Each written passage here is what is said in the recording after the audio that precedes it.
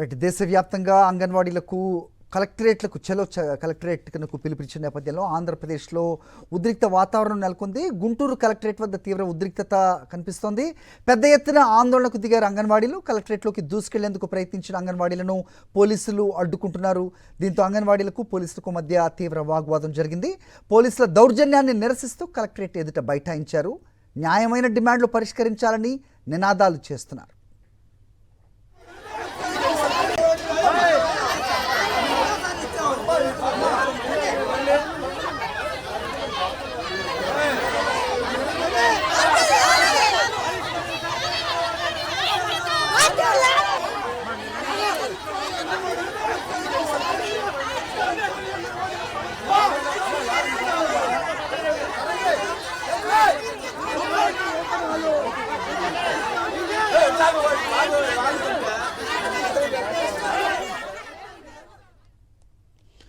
ఇదే అంశంపై అప్డేట్స్ మా కరెస్పాండెంట్ అశోక్ అందిస్తారు. అశోక్, ఎక్కడున్నారు ప్రస్తుతం మీరు?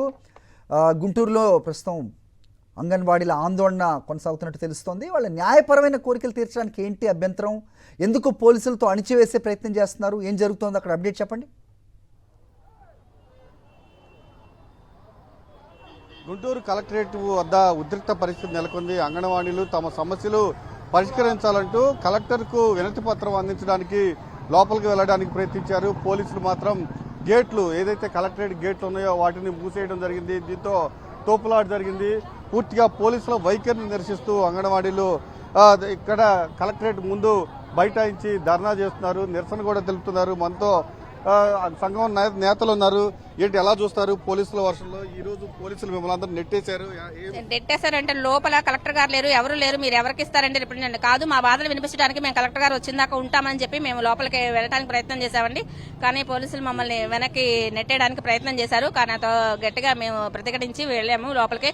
కొంతమందిని మాత్రమే లోపలికి అలౌ చేశారు. లోపలికి వెళ్లి కలెక్టర్ గారి దగ్గరికి, చాంబర్ దగ్గరికి వెళ్ళాము. మేము రిప్రజెంటేషన్ ఇవ్వడం జరిగింది.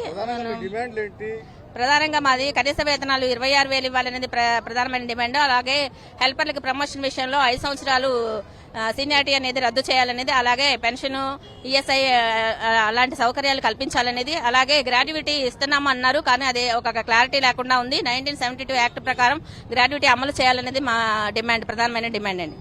మీరు ఎన్నో సార్లు ఈ ప్రభుత్వంలో రోడ్డు ఎక్కారు, ధర్నాలు చేశారు, అయినా ప్రభుత్వం పట్టించుకోవట్లేదు. ఎట్లా చూస్తారు? ఏ ప్రభుత్వం వచ్చినా కూడా వాళ్ళ తీరులో మార్పు లేకుండా పోయిందండి. ఎన్నోసార్లు పోయినసారి గత ప్రభుత్వంలో 42 రోజులు దీక్షంగా చేశాము. పండగ పబ్బ ఏమీ లేకుండా, అనారోగ్యాలు పట్టించుకోకుండా రోడ్డు. ఎలక్షన్ ముందు మీకు కొన్ని హామీలు చేశారు ఈ ప్రభుత్వం రాగానే, ఇప్పుడు అమలు చేయట్లేదు. ఏంటి? ఏం చేయట్లేదండి. మేము చేసినప్పుడు మా టెంటుల్లోకి వచ్చి మా ప్రభుత్వం రాగానే మీకు ఏ సమస్యలు ఉన్నాయో అన్ని కూడా వచ్చిన వెంటనే కూడా సాల్వ్ చేస్తా ఉన్నారు. ఇప్పటికి కూడా ఒక్కటి కూడా సాల్వ్ చేయలేదు. వచ్చిన వెంటనే ఇచ్చింది గ్రాడ్యుయేటీ అండి, అది కూడా ఇంతవరకు సరైన రీతిలో ఇవ్వాల. మేము యాక్ట్ ఏం అడిగాం, 1972లో ఏ యాక్ట్ ఉందో ఆ యాక్ట్ ప్రకారం గ్రాడ్యుయేషన్ ఇవ్వమని అడిగాము. కానీ ఇప్పుడు రిటైర్డ్ అయిన వాళ్ళకి మాత్రమే ఇస్తానంటున్నారు. అలా వద్దండి, మాకు ఆ యాక్ట్ ఎలా అయితే ఉందో అలానే మాకు అమలు చేయాలి. అలానే మేము తెచ్చుకున్న జీవో ఏంటి, హెల్పర్స్ కి ఇంత కష్టపడి ధర్నా చేసుకుంటే హెల్పర్స్ ఎవరైతే టీచరు అక్కడ రిటైర్డ్ అయ్యిందో అక్కడ ఉన్న హెల్పర్ కే ఇవ్వాలని మేము ఆ జీవో తెచ్చుకున్నాం. కానీ ఇప్పుడు అలా కాదు. ఆ హెల్పర్ 5 సంవత్సరాల సీనియారిటీ పెడుతున్నాడు, ప్లస్ దానిలో రాజకీయ జోక్యం కలిగించుకొని ఉన్న అర్హత కలిగిన ఆ సెంటర్ ఉన్న హెల్పర్ కి ఇవ్వట్లేదు. అది మేము ఒప్పుకోవట్లేదండి. అలానే మాకు పిఎఫ్ అని వీటికి సంబంధించి ఈఎస్ఐ సదుపాయాలు కంపల్సరీగా ఇవ్వాలండి. అందులోనూ మాకు 11,500 ఇచ్చే ఈ డబ్బులకి, ఈ జీతానికి మాకు ఏ సంక్షేమ పథకాలు కూడా అమలు కావట్లేదు. మాకే కాదు, మా కుటుంబాలకు కూడా అమలు అవ్వట్లేదు. కంపల్సరీగా అమలు చేయాలి. అలా అమలు చేయని మళ్ళీ సమ్మెకు దిగుతామండి.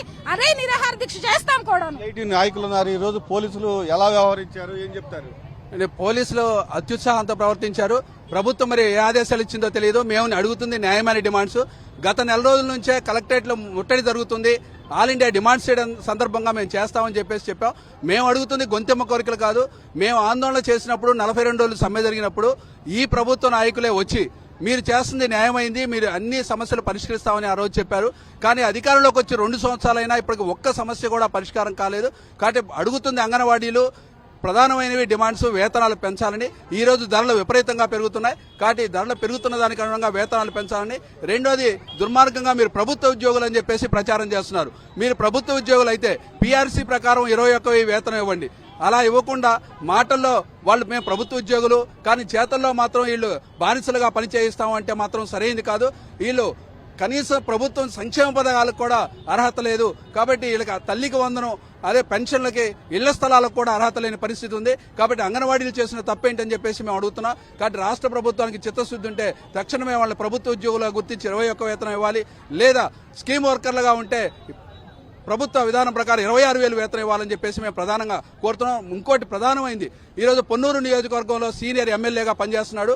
ఆయన పోస్టులు ఖాళీ అయితే కనీసం హెల్పర్లకు ప్రమోషన్ ఇవ్వకుండా 3 సంవత్సరాల నుంచి ఆపుతున్నాడు. మీకు ఐసీడీఎస్ పట్ల ఈ వ్యవస్థ పట్ల చిత్తశుద్ధి ఉంటే తక్షణమే ఖాళీ పోస్టులు భర్తీ చేసి వాళ్ళకి ప్రమోషన్ ఇవ్వాలని చెప్పేసి, అదేవిధంగా హెల్పర్ పోస్టులు ఖాళీ అయితే 5 సంవత్సరాల నిబంధన పెట్టారు. ఇది రాజకీయ ప్రేరితమైంది కాబట్టి దీన్ని తొలగించాలని చెప్పేసి మేము కోరుతున్నాం. ఖచ్చితంగా ఎన్నికల ముందు ఎన్నో హామీలు ఇచ్చారు. అధికారంలో రాగానే వాటిని అమలు చేయమంటే ఈరోజు చూసాం పోలీసులతో నెట్టించే ప్రయత్నం చేశారు. మహిళలను కూడా చూడకుండా పోలీసులు దురుసుగా వ్యవహరించారని అంగన్వాడీలు అలానే సిఐటి నాయకులు మండిపడుతున్నారు. అని ఓకే అశోక్, రైట్. ఇటు విశాఖలో కూడా అంగన్వాడీలు ఉద్యమ బాట పట్టారు. జగదాంబ జంక్షన్ నుంచి కలెక్టరేట్ వరకు ర్యాలీ జరిపారు. ప్రభుత్వం తమ సమస్యలు పరిష్కరించాలని డిమాండ్ చేశారు. వేలాది మంది సంఖ్యలో కలెక్టరేట్ వద్దకు అంగన్వాడీలు తరలి రావడంతో పోలీసు యంత్రాంగం అప్రమత్తమైంది. కలెక్టరేట్ వద్ద పోలీసులు భారీగా మోహరించారు. అంగన్వాడీలు కలెక్టరేట్ ఎదుట బైఠాయించి ఆందోళన చేస్తున్నారు.